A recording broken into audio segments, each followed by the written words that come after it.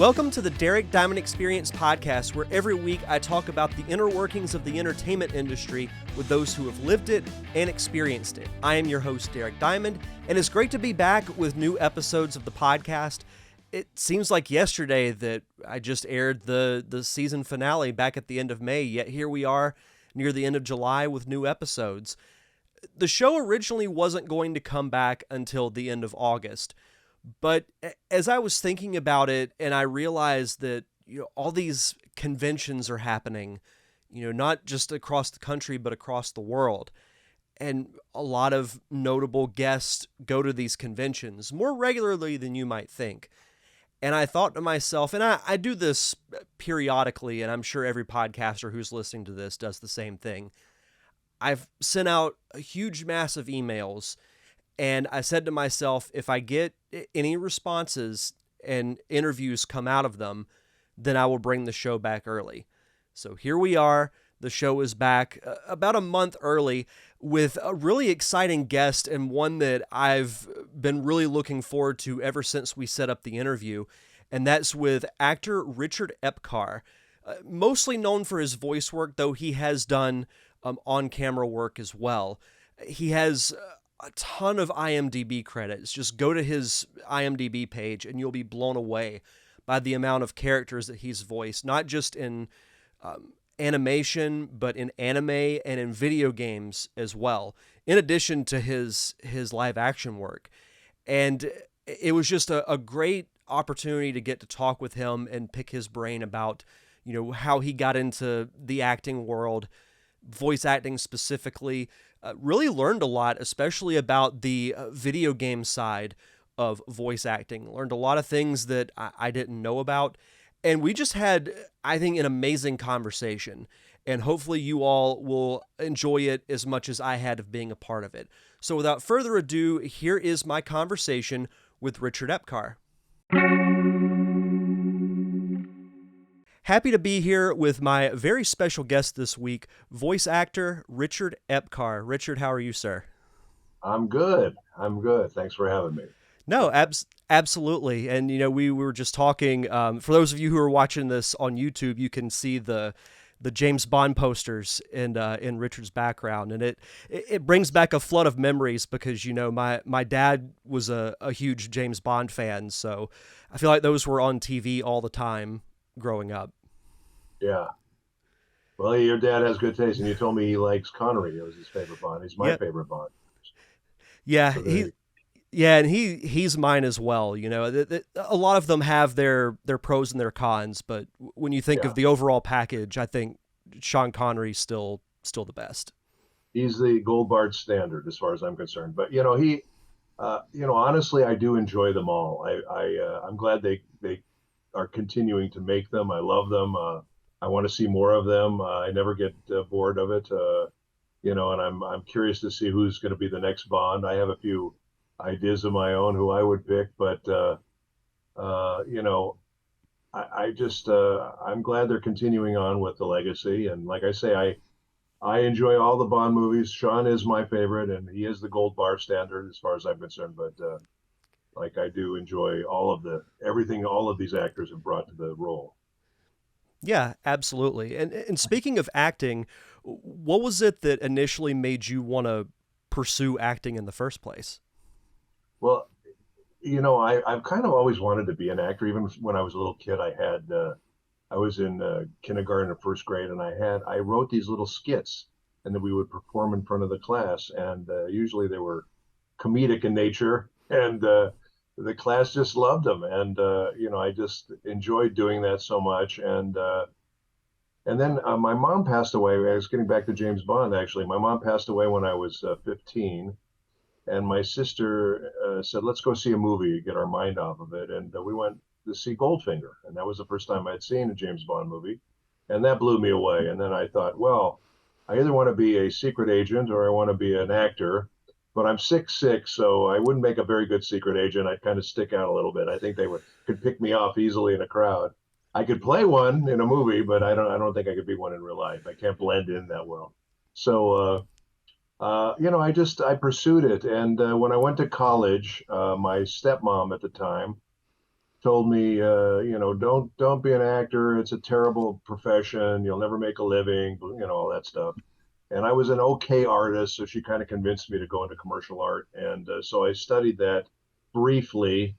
The art department was next to the drama department. They had an audition thing for the Crucible, so I went and auditioned, and I got the lead in that. And the dean pulled me aside and said, "Hey, what's your major?" I said, "Art." He said, "If you change your major to performing arts, I'll give you a full scholarship." So I said, "Okay, done." I figured, well, they can't give me a hard time about that because I'm paying for college, right? So that turned out really well, actually, and I did a lot of leads and plays in college, and I started to do some TV shows there. That's how I got my SAG card over there, and then I moved to LA, and I honestly thought I was going to do more on-camera stuff. I did do some films and television and some soaps. I did a lot of soaps for some reason, but my wife kind of got me into the voice thing, and it's basically stuck. And I've been doing this nonstop for 40 some years now. So it's been crazy. Yeah, and going through your IMDb credits, the amount of voice work that you've done has just been insane. How do you keep and you're still doing it to this day. So Yeah, like what is it that's kept you going as far as doing the voice stuff specifically? I've done over 1,200 characters actually in games, animation, and anime, and I the IMDb doesn't even show all of it really. It shows just a part of it, but I've been very lucky and I'm very fortunate. And a lot of people come out here and they can't make a go of it or make a living out of it. And I've just been very fortunate. I've been able to write, direct, act, and voice act and voice direct and do all that stuff. And it's just been great. And I haven't looked back. I haven't had to do one of those. I'm not one of those guys. Oh, I had to be a carpenter like Harrison Ford or all those guys who did all that stuff. And I'm very fortunate. I didn't have to be a waiter or do any of that other stuff. So and honestly, when it started happening for me is when I just decided I'm not going to do anything else. I'm just going to focus completely on this and do it. And that's when things started turning around. And and it's hard. Listen, it's a leap of faith, and I truly believe in certain ways it's more difficult now than when I did it. I was at the right place at the right time, and it was a good time to get into this stuff. But now it's everybody and their brother wants to do this stuff, and it's when I used to audition for stuff, there'd be maybe 5, 10 of us at the most auditioning for a part. Now, when I direct stuff and I get auditions back, it can be 1,000 people for each role. It's insane, and then you have to cull through all that stuff and try to figure out who's going to be the best guy out of those 1,000 people. So it's much more competitive, much more difficult.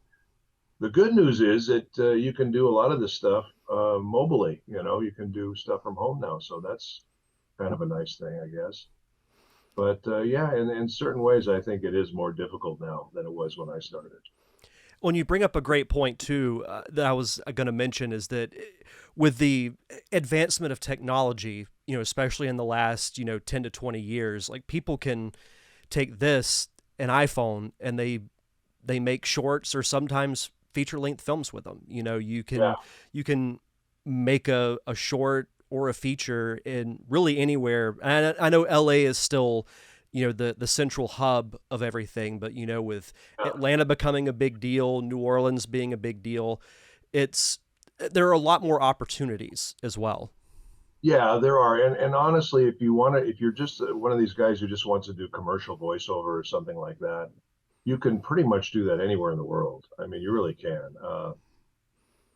For the animation and for the games, this really LA is really the capital. This is where you need to be because they record a lot of the stuff at the studios here, and they want you in the studio a lot of times. And and honestly, I know when we went through COVID, we had to do a lot of recording, and I have a booth in my office and all that. I did a lot of stuff. I still do a lot of stuff here in my office, all my auditions, of course, but I do a lot of games, and actually I did a couple of games for companies in Australia, and I recorded a bunch of stuff here, where it's not really physically feasible to do that unless they want to fly you there. But I think for the most part, most of that stuff is done in LA, and you have to be here. So, but Right. I like going to the studio. It's more social for me. I get to see people and hang out with people. I like it a lot better, to be honest with you. Yeah, and I can see that too. There's advantages and disadvantages to recording from home, is like, because you don't really have to go anywhere, you don't have to fight traffic to get to a studio, but as you mentioned, you get that face-to-face interaction and that face-to-face feedback, which is, yeah, Zoom is great, like what we're doing right now, but it Yeah, doesn't replace that in-person human interaction. true. That's very true. But there are listen. That being said, there are those days where it's nice just to kind of roll out in your PJs and get into the booth and not have to hassle with it. The traffic in LA is just terrible. It's really bad. So to not have to hassle with that, and some of these jobs I have, they're way, way out. You have to drive for, an hour and a half sometimes. It's just crazy. So yeah, it's much better. Yeah, yeah, no, you take the good with the bad, and something I'm curious about with voice actors, and with Sure. all the immense number of roles that you've had, how much input do you get on the voice? So say like whenever you read a script and you're like, okay, well I'm reading for this character, do you develop the voice in your head and then vocally do that, or does the director kind of say, okay, well this is the type of voice that I'm looking for? Well, that is an excellent question, and there's a lot of answers to that because every project is different. So every time you go in there now, I don't think a lot of people realize this, but when we do games and we do anime, we never see the script until we go in the booth.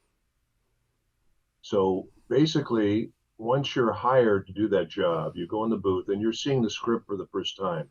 So you have to basically cold read a performance. So that's a whole other art form right there. But there are times where you do get to see the script. If you're doing an original animated uh, piece or series, you get the scripts like you will if you're on camera. You get those scripts and you can study them and do all that stuff. You don't get that luxury when you're doing games or anime. Now, depending on how good your director is, if he's a director like me, I'm always happy to collaborate with the actor. And I always like to know what they're going to bring to the table. If you cast someone who's really good, you should listen to what they have to say because their instincts are going to be good. Sometimes directors have something in their head that they really want to come across in this character, and they'll try to guide you towards that, which is fine. Listen, they're the director, so you have to listen to the director. But I like it more when it's more collaborative and you can work together on the character, and that makes it more fun and it makes it more gratifying as an actor. There are those directors you go in, they don't want to hear from the actor. They basically, I call them puppet masters, and they basically want to control everything to the point where they'll even give you line readings on how they want the line to end up, and they want you to hit this word in the thing, and it's just to me it's the worst kind of directing. But there's a lot of them out there that direct that way, and I have an imaginary switch in my brain. So when I get a director like that, I just turn that switch off, and try to give them everything they want and do the job that I was hired to do, and then I leave and I can't worry about it. But as far as it being gratifying artistically, those are not fun jobs to do. Yeah, and it's the same way with on camera work too. Because I've had the chance to direct a couple of shorts, and Uh, I kind of like, I like the collaborative aspect of it. So say like if I was directing you, yeah, I might have an initial idea, but you're the one who's actually bringing the character to life. So I right. would value your input on what you would bring to the character. Well, That's right there, that's the most fun makes part of you filmmaking to me. yeah, right there it makes you a better director than most of the directors out there. So yeah, I think honestly, a good director, the most important thing a director can have is to be able to communicate with his actors. And some directors can't even do that, and that makes it very difficult. The other thing a good director, I believe, should have is to have an open mind and be collaborative with the actors in his cast. Listen, you cast me or you cast an actor for a reason. So if there's something about that actor that you saw, let them, let them blossom in the character. Let them come to life. And the actor's going to have a lot of ideas. Now, there are a lot of, kooky actors out there. They want to ask questions about every single thing, and that can drive you nuts too. But the bottom line to all this stuff is, if you're lucky enough to get a good director, that's great. But honestly, it doesn't happen all the time. So you kind of have to be your own director. You have to self-direct yourself, and you have to, you have to give your best performance and do the job that is gonna work. And sometimes you get help from the director, and sometimes you get hindrance from the director. So you just kind of have to, pick and choose your battles with the director, and you kind of have to figure out, how am I going to bring these words on the page? How am I going to bring that to life and make that real and believable? And that's the bottom line to all this stuff, really. Yeah, no, absolutely. Something that I want to kind of go back to, you mentioned that when you do the script for a game character, you don't see the script until you go into the booth. Right. The first time that happened, like, did you know that going in that you weren't going to see the script beforehand, or was it like a total shock to you? Well, I started so long ago. Things have changed a lot since I started, but yeah, it happened over a period of time where they just, I think it was more for legal reasons than anything else. They just didn't want the scripts out. They didn't want people knowing what they were doing. They didn't want people talking about what they were doing. So they just.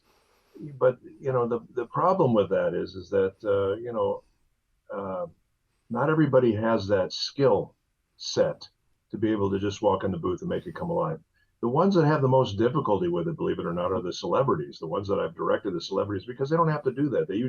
They get scripts weeks in advance usually, and they can study them, they can learn them, they can build on it and explore and do all kinds of things with the script. You can't do that. You have to jump in and just do it. So they have a difficult time with that sometimes. And I've had to direct a lot of celebrities over the years for various reasons, and some of them are better than others. There are some of them that are quite good at doing this stuff. I don't want to say they all suck at it, but there are a few of them that just have a really difficult time. That coupled with the fact that when you're acting on camera, you're acting mostly with your eyes, and when you're in the booth, you're acting with your voice. So I have to remind them that the microphone cannot record their eyes. So they have to give me something vocally, and it can't be, they could be emoting their ass off through their eyes, but if it's not coming through the voice, we don't hear that. So it's a very different style of acting, and it's more akin to theater, really. I think it's more what games in particular they're it's a heightened reality. It's not realistic. It's a heightened reality. So you have to be able to play that. And, of course, depending on the game and what it is, sometimes they want it very natural and very real. But for the most part, games are a heightened reality, and you have to be able to live and breathe and work in that world to make it sound authentic. Right. And as far as games go, you've had the chance to be a part of some pretty notable franchises, like Mortal Yeah. Kombat, Injustice, Kingdom Hearts. Do you have, I'm sure you get this question quite often, but do you have a specific favorite role that you've done in the video game world? Well, I did. I really love Raiden in Mortal Kombat. He's one of my favorite, and I love doing the Joker. He was just a great character. It was kind of like yin and yang. You have Raiden, who's this very noble, honorable character, and I love that about him. And he's a very good-hearted character. And then you have the Joker, who's just the epitome of evil. And so to play those, and then to have scenes together where I'm talking to myself as these characters, it's just kind of wild. It's really fun. But yeah, I love those. And there's Ansem in Kingdom Hearts is a wonderful character. Kuma in Street Fighter V was a fun character to play. Although he's rough. It's like after those sessions, you feel like you've gargled battery acid. I mean, there's a lot of screaming and yelling. Um, but as far as anime, I love Joseph Joestar. He's one of my favorites. Batou and Ghost in the Shell, Jigen and Lupin the Third. There's so many of them. There's an old a series called Digimon that I did. It was fun. I played Myotismon and Edamon. Those two characters were a lot of fun. He was Dracula, and the other character was Elvis, essentially. And I got to sing like Elvis and talk like Elvis. It was just those were really just fun characters to play. But yeah, listen, I've been very fortunate, and I've gotten to play a variety of characters over the years, and that took a while too, because when I first came out, they wanted to type me as these like a Batou character. All the characters I would do were like, strong, heroic characters, and I'm an actor, and I like to chop it up a little bit. So we got to do, finally they started throwing me these different characters like Mr. Noisy and the Mr. Men Show, and then I got to do Inspector Lunge and Monster and some of these other characters that were just not typical Richard Epcar characters, which was fun for me to do that. And I love it when people come up to me and they go, "Oh my God, I had no idea that was you," because then I go, "Oh, good, I it worked." Yeah, absolutely. I fooled them, Yeah, and mentioning Raiden and the Joker specifically, like I love the yin and the yang comparison. Yes. Because like I grew up in the '90s, so Mortal Kombat was a big thing for me. I've played video games since the late '80s, and was a huge fan of Batman and Batman the Animated Series. So when you were cast as the Joker, what I like about your voice is that like you put your own twist on it. Like it's not a copy of like Mark Hamill from the animated series. So was that something that you were thinking going into that role specifically, is that you were going to put your own twist on the character? Well, what's funny about that character, Mark has done it for so long and he's so associated with that character. But honestly, and this is true, to this day, I've not heard Mark's Joker. I've never heard Mark do the Joker. Really? So, when I did the Joker and I got cast and I was doing it, people were accusing me of trying to sound like his Joker, which I thought was kind of weird because I'd never heard his Joker, so I didn't know what his Joker sounded like.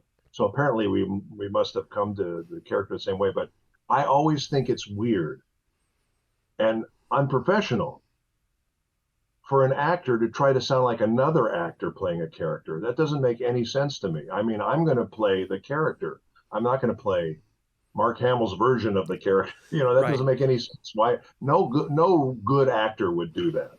So I didn't do that. And then I have to say, it was funny. Somebody accused me recently on the internet of that again. And I said, well, thank you for the compliment, but I have not heard Mark's Joker. And Mark Hamill came on and said, well, I've heard yours and it's wonderful. So I thought, what a nice guy. I mean, what an incredibly nice man to say that. He didn't have to say that. He didn't even have to get involved in that conversation, but he did. And that was very kind of him because, when I first did it, I got a lot of heat for doing it. I mean, people did not like that I was doing the Joker, but I won a lot of people over. Now, a lot of people like my Joker the best. So that's kind of nice. When people say that, they go, "Are you intimidated? Are you scared?" It's like, no, because you're doing your version of that character. It's like everybody's Hamlet is going to be different. And like we were talking about James Bond, there's 6 actors that played James Bond. They all brought something different to the character. They weren't trying to play Sean Connery playing James Bond. That would be ridiculous, right? Right. So they all brought their own personal thing to that character. And I think it's wonderful what they've done, Yeah, no, and I think that's very well said. And I don't get why people were comparing your take of the Joker with Mark Hamill's, because I've heard both and they're not the same. But you bring up a great point though, in that he's been associated with that character for so long, but you shouldn't want because eventually other people are going to play that character. You shouldn't want every iteration to be the same. It's the same way with the different actors who have played Batman. Not everybody's exactly the same as Adam West or Michael Thank Keaton God. or Christian Bale. Yeah, No, but that's yeah, that's that's true. true. I mean, everybody's going to bring a little of themselves to those characters, Yes. and that's what makes it unique. You don't want to be, impersonating another actor playing a character. How does that work? That's ridiculous, right? Yeah. So, uh, so that was interesting. The way I got that part, I just want to digress real quickly about that. Yeah. Yeah. Bridget Berdine, who's no longer with us, was a lovely, wonderful lady, and she was, every once in a while you have an angel in this business who looks out for you. She was one of my angels, and she would bring me into to all the auditions that she could. I mean, she was great, and she brought me into this audition. It was Mortal Kombat versus DC Universe. That was the first one I did, and that was over 15 years ago, if you can believe that. And I went in there, and they had Warner Brothers on the horn, they had NetherRealm Studios on the horn, and they had DC Comics on the horn. And she said, Richard, they want you to read for all of the characters, all the Mortal Kombat characters, and all the DC Universe characters. So I had to audition for each and every character, and they were all listening to it. And at the end of it, and for some reason, when I did the Joker, I had never tried to do the Joker's voice before. This crazy voice just came out of me, and the laugh and everything. I had no idea where that came from, to tell you the truth. But anyway, at the end of it, she pulls me aside and she goes, they like you for everything. What would you like to do? Well, they never ask the actor what they like to do. They don't care what the actor wants to do. It's usually up to the producers or the directors. But I said, well, honestly, I love doing the Joker because it was almost like an out-of-body experience when I did it. I was just like, this whole thing kind of took over. And then when I did Raiden, I really loved doing Raiden too. And literally a couple of days later, they called me and booked me for both those characters. And I've been playing them ever since for 15 years. So it was kind of crazy. So that was an amazing experience, and I've loved every second of it. I really have. That's incredible. And definitely props to you having somebody that is willing to look out for you like that. So Lord knows we need more people like that in this world. That's very rare, and it's sad because there were some people. Sadly, she's passed away, but there were some people like that.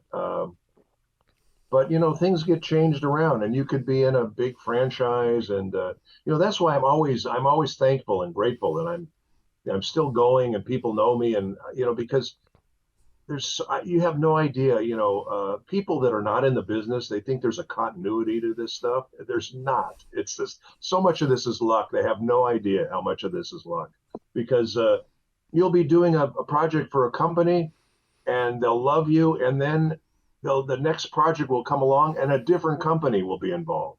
And then now this new company, they want to put their own, I want to say, stink on it. And they want to do their own version of this thing. So they'll change it all up and cast all new people.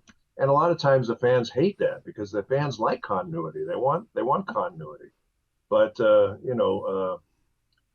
there's nothing you can do about that stuff, and everybody has their own idea of what these characters should sound like or whatever, and you can't argue with that. So I've been so very fortunate that I've been able to hang on to a lot of the characters that I do, and they keep coming back to me. Thankfully, I'm knocking on wood, because I've seen it so many times where it doesn't happen like that. Listen, one of my favorite characters, Gaius Van Balsar, I did in Final Fantasy 14, and the next version of it, they took it to England and they recast everybody. So that stuff happens, and there's nothing you can do about it. And I'm sad about that because I really liked him. I thought he was a wonderful character. Yeah, if only we knew the answers as to why stuff like that happens. Money, usually. Yeah, that's true. Transitioning into one specific live action role that you did that I've honestly been waiting ever since we booked this interview to ask you about. Okay. So growing up, my favorite live action show was Cheers, and it still is my favorite show to this day. And you played a security guard in one of the episodes. So tell me, how was the experience working on that show? It was great because, like you, I really loved the show and the opportunity to work with those guys, and it was really something. And I got to hang out with George Wendt and talk about. And actually, George Wendt and I had a friend in common, so we were talking Oh, about him a lot. And he was the nicest guy. Couldn't have been nicer. The funny thing was when I was getting ready to before we started rehearsing, I had my uniform on and everything, and Ted Danson came over to me. He thought I was a real cop because I got to tell you, I can't tell you the times I've done roles as cops, and once you put that uniform on, everybody thinks you're a real cop. It's amazing. So he came over to me. He says, "Hey, can I see your gun?" And I said, "Sure." And I pulled out the gun, and it was a rubber gun, and I handed it to him. He's going, "What the hell?" I said, "I'm in the show," and he laughed. He thought I was a real cop. So that was hilarious. That also happened to me on a show called Fast Times, which was the series for Fast Times at Ridgemont High, right. and I played a cop on that.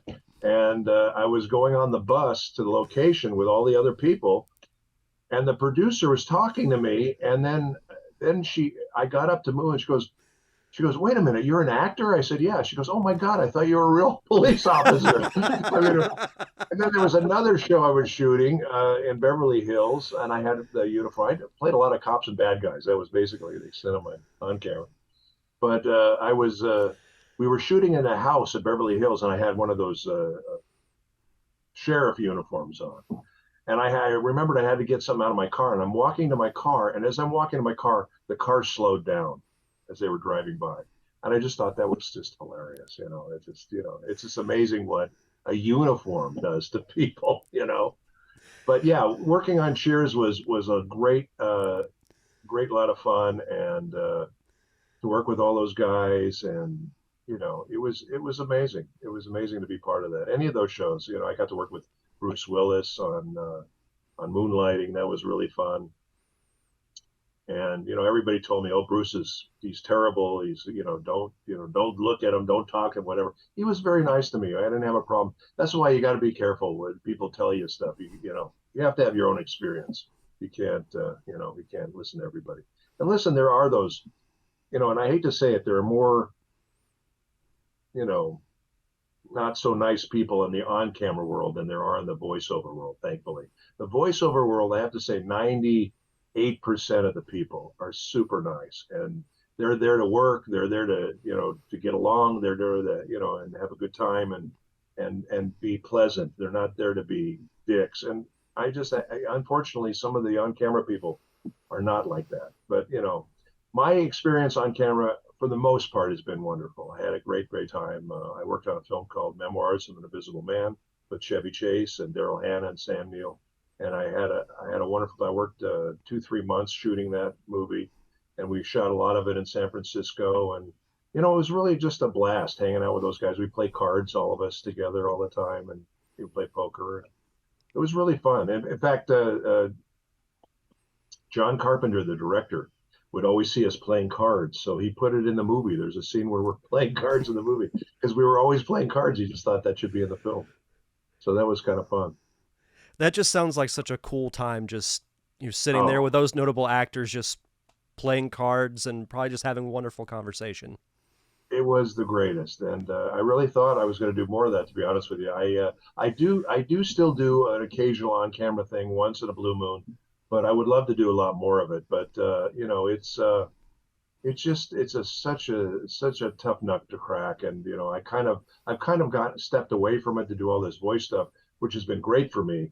But when it's kind of hard to get back into that on camera stuff if you've been away from it for a while. But like I say, every once in a while something will happen, and they'll dig me out of my on camera retirement and throw me in there. So I do enjoy it. I love it. And like I said, I'd like to do more of it. I had a great agent for 10 minutes, and she started getting me some really good auditions. And then she literally, after I had these 2 or 3 really big auditions, she just decided to retire. So now I've got to go back. And the worst thing in on camera acting is finding an agent. That is the hardest thing and the most important thing, because that makes all the difference in the world. It really does. And with, listen, with with your voice acting as well. I've been very fortunate. I've been with a great agent for many, many, many years, and they've been terrific. So they've been great. You know, they've helped me a lot. But you need a similar kind of an agent for on camera to get you in the door, and it's very hard. You know, it's very hard to do that. So. Well, that's cool to hear that you've had an agent for, that long of a period of time, because I'm sure with Yeah. that longevity builds up even more trust. Yeah, no, it's been good, and I did step away from them for a while to see what else I could get going, and it was interesting. But honestly, the agency that I'm with, they're just such a good, down to earth, wonderful agent. And the way I met them was I was directing a big project for Microsoft, and it was a big game, and I was dealing with a lot of agents, trying to book agents, and oh my God, I have to say, a lot of the agents were not very nice people, and these guys were terrific, and I liked them from the get-go, and they were wonderful, and so I called them up. And I said, listen, I'm not just a director, I'm also a voice actor, and I'm looking for an agent. Could we meet? So I set up a meeting, and we just hit it off. And I've been with them ever since. And that was many, many, many years ago. But they've been great. Yeah. That's fantastic.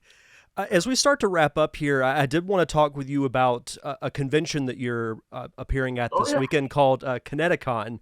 Um, with going to various conventions, how is it for you being on the guest side of the table? Because I can remember growing up and reading all about San Diego Comic-Con, and that's where all the big pop culture movie news would come out. But now Yeah. it's like you have these conventions that are not just in the U.S., but they're all over the world now. How is it Yeah. for you as an actor to go to these conventions and It's interact with fans? I absolutely love it. I love it. And these fans know more about the shows than I do, and they know more about my characters than I do. And they're all just super supportive and wonderful, and they love to meet you, and they love to interact with you, and I love to interact with them too. They're just great. We've been very blessed and fortunate to, like you say, go all over the world. We've been to London, we've been to Ireland, we've been to Scotland, we've been to where else? We've done some conventions, crazy places. But and I'm sure that I think next year we're going to be going to like South America, some other places. But it's first of all, it's wonderful to travel. I love traveling. It's something I wanted to do ever since I was a little kid. I always wanted to travel, so I love traveling. Uh, and it's really fun. It's fun to go to different places, and particularly in the United States, I go to a lot of places that honestly I would never go to unless I was invited to a convention, and it's just kind of nice to see some of these places. We're going to be in Connecticon this Thursday through. Well, we leave this Thursday. The convention is Friday, Saturday, and Sunday this week. Uh, what is that? That's the 20th, 21st. Is that what it is? 20th through the 23rd. The 20th through the 23rd. Thank you. Yeah. So July 20th through the 23rd, we're going to be at a Connecticon, which is in Hartford, Connecticut. And I've never been to Connecticut, so I'm looking forward to that. I'm hoping they'll have some good seafood there. So check that out. Fingers Uh, crossed.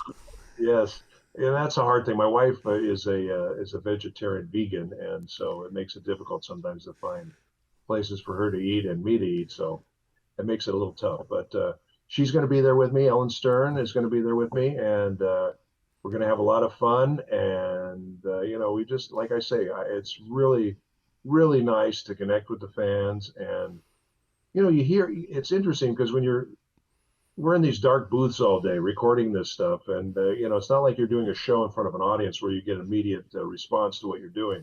So when you go out to these conventions, they come up to you and they tell you about certain things that hit them, and and I can't tell you how many people have come up to me and said, "Oh, you got me through a hard period in my life. I was struggling, I was going through a hard time, and your character really spoke to me and really helped me." And when I hear that, it makes me feel so good. I'm just really happy that anything I'm working on or connected to helps somebody or improves their life on any level. So I just love it, and it's just really fun to meet them. And so they go to incredible lengths to recreate some of the costumes and stuff. The cosplay is unbelievable, And just to see some of these characters, and a lot of times you go and you see characters that you voice, and you go, "Wow, that's incredible that you have that kind of an impact on someone." So it's really fun. We have a blast. We really enjoy it for the most part. Um, you know, plane travel these days is not not what it used to be, but that aside, it's really fun going to different places and meeting the fans. And if you're in Connecticut, please come by and say hello to Ellen Stern and myself. We'd love to see you guys. Absolutely. And I want to close with this because I think you brought up a great point with you talking about how, people will come up to you and talk about how one of your characters might have gotten them through a difficult period in their life. That's why I consider like movies, and I'll even throw in TV and in some cases video games as the greatest art forms to ever be made. Yeah. And it's not a knock on sculpting, painting, because I think all of that is incredible and it's a talent I wish I had. But there's something to be said about feeling the emotion that you get from certain characters in certain movies and shows that can't be replicated. Boy, that's really, that's very good. I like that a lot. Well, going back to what I was telling you about when I was 15 and saw Goldfinger, that, I was feeling really low. I just lost my mom, and that whole experience, it made me feel good again for that brief moment. And, I could get involved in an adventure, and forget my troubles. And, I think that's really the job of entertainment.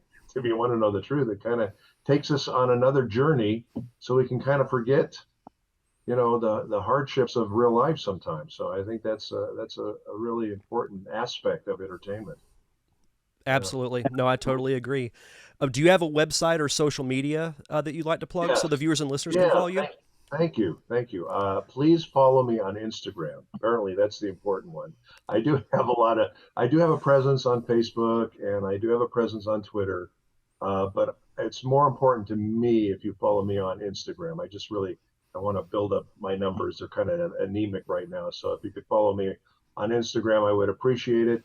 And also, I always post on Instagram where I'm going to be, what conventions I'm going to be at, and what's happening with different shows I'm working on. So that's a good one to be part of. And you can always, write to me on any of these formats on Facebook or Twitter or Instagram. You can give me messages and give me some time. I can't go through all of them all the time, but every once in a while I'll try to go and answer as many of them as I can.